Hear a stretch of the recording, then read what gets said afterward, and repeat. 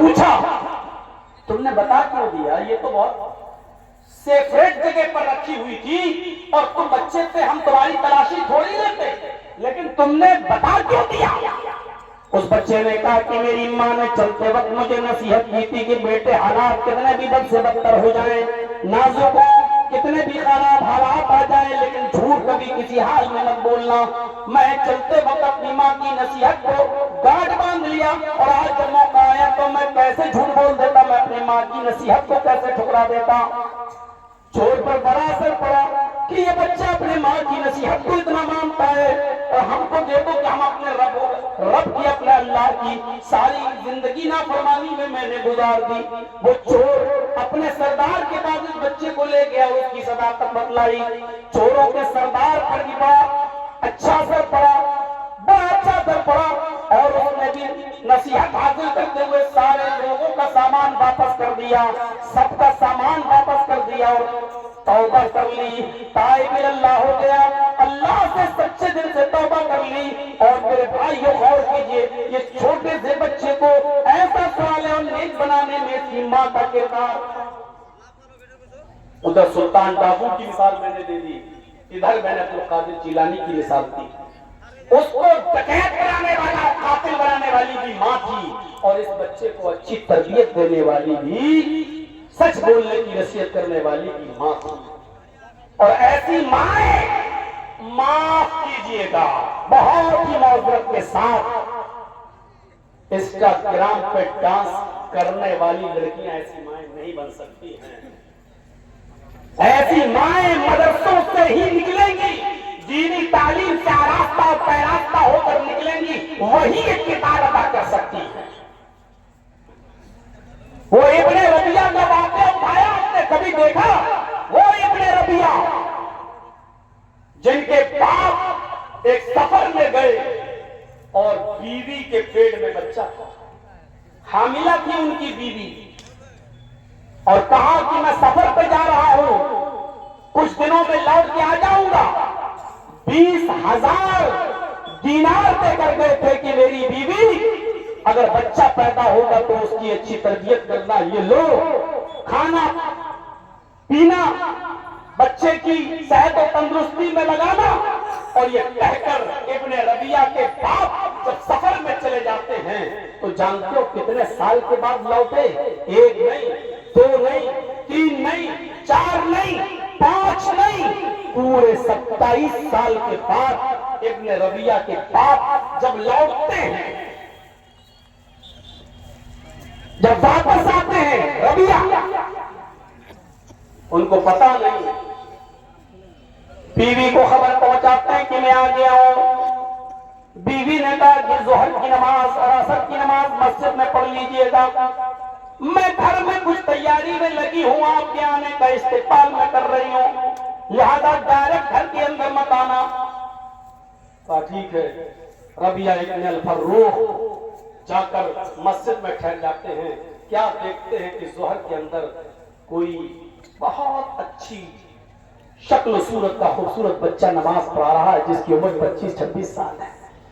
عصر میں بھی، مغرب کی نماز بھی ربیعہ ابن الفروخ نے پڑھی مسجد کے اندر، بیٹے کی بہترین قرأت سنی، نہیں معلوم کہ یہ میرا بیٹا ہے، بہترین قرأت سنی، اور قرأت سننے کے بعد درس سنا۔ ربیعہ کہتے ہیں کہ جب میں نے اس نوجوان کا درس مسجد کے اندر سنا، اس کی تقریر سنی، اس کی قرأت دیکھی، اس کا علم دیکھا، تو میں نے کہا اللہ، آج 27 سال کے بعد میں لوٹ کر آ رہا ہوں، کاش مجھے بھی کوئی بیٹا ملا ہوتا تو میں بھی اس کو ایسا ہی عالم بناتا، ایسا ہی قاری بناتا، دین کا علم اس کو سکھاتا۔ ربیعہ ابن الفروخ جب گھر پہ جاتے ہیں تو کیا دیکھتے ہیں کہ بیٹا ہی دروازہ کھول رہا ہے۔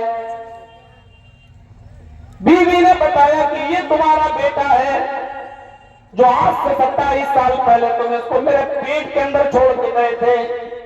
آئے میرے شوہر، آتے آپ نے 20,000 دینار کا سوال کیا، کیوں 20,000 دینار تم نے کیا کیے؟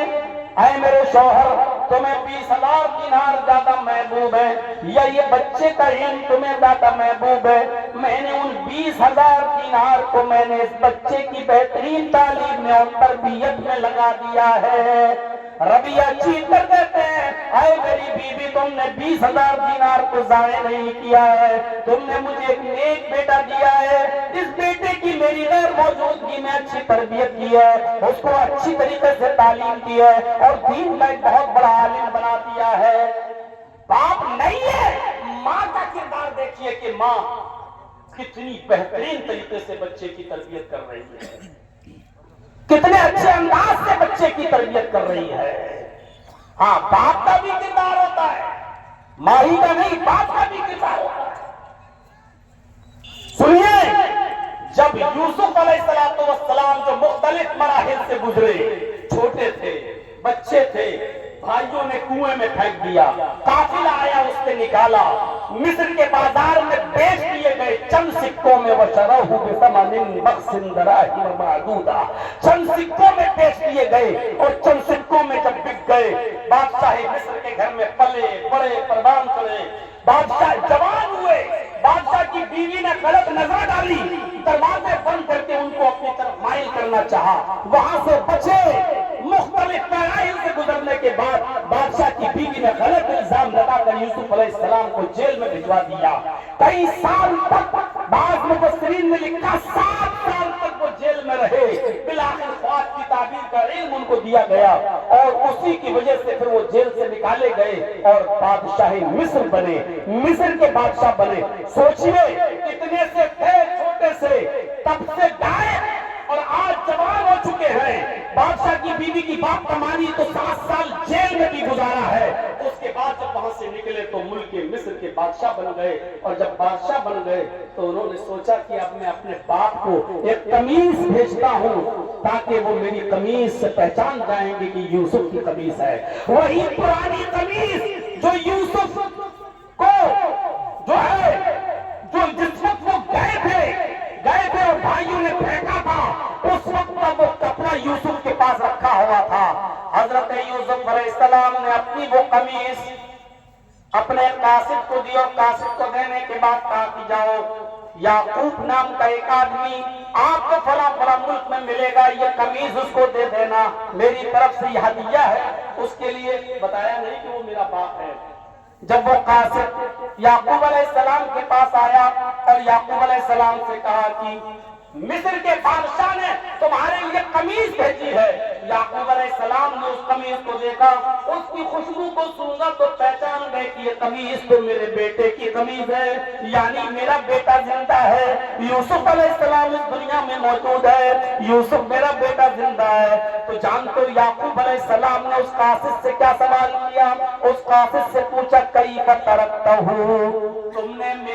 تم نے اس کو کس حال میں چھوڑا؟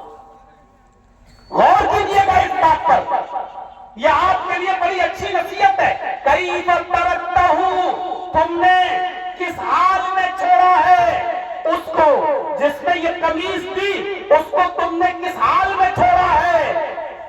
اس قاصد نے، اس دودھ نے، اس میسنجر نے، اس ایلچی نے کیا جواب دیا؟ ترکتہ ملک مصر۔ ارے تم کہتے ہو کس حال میں چھوڑا ہے؟ ارے وہ تو ملک مصر کے بادشاہ ہیں، میں نے ان کو مصر کی بادشاہت کے حال میں چھوڑا ہے، وہ تو مصر کے بادشاہ ہیں۔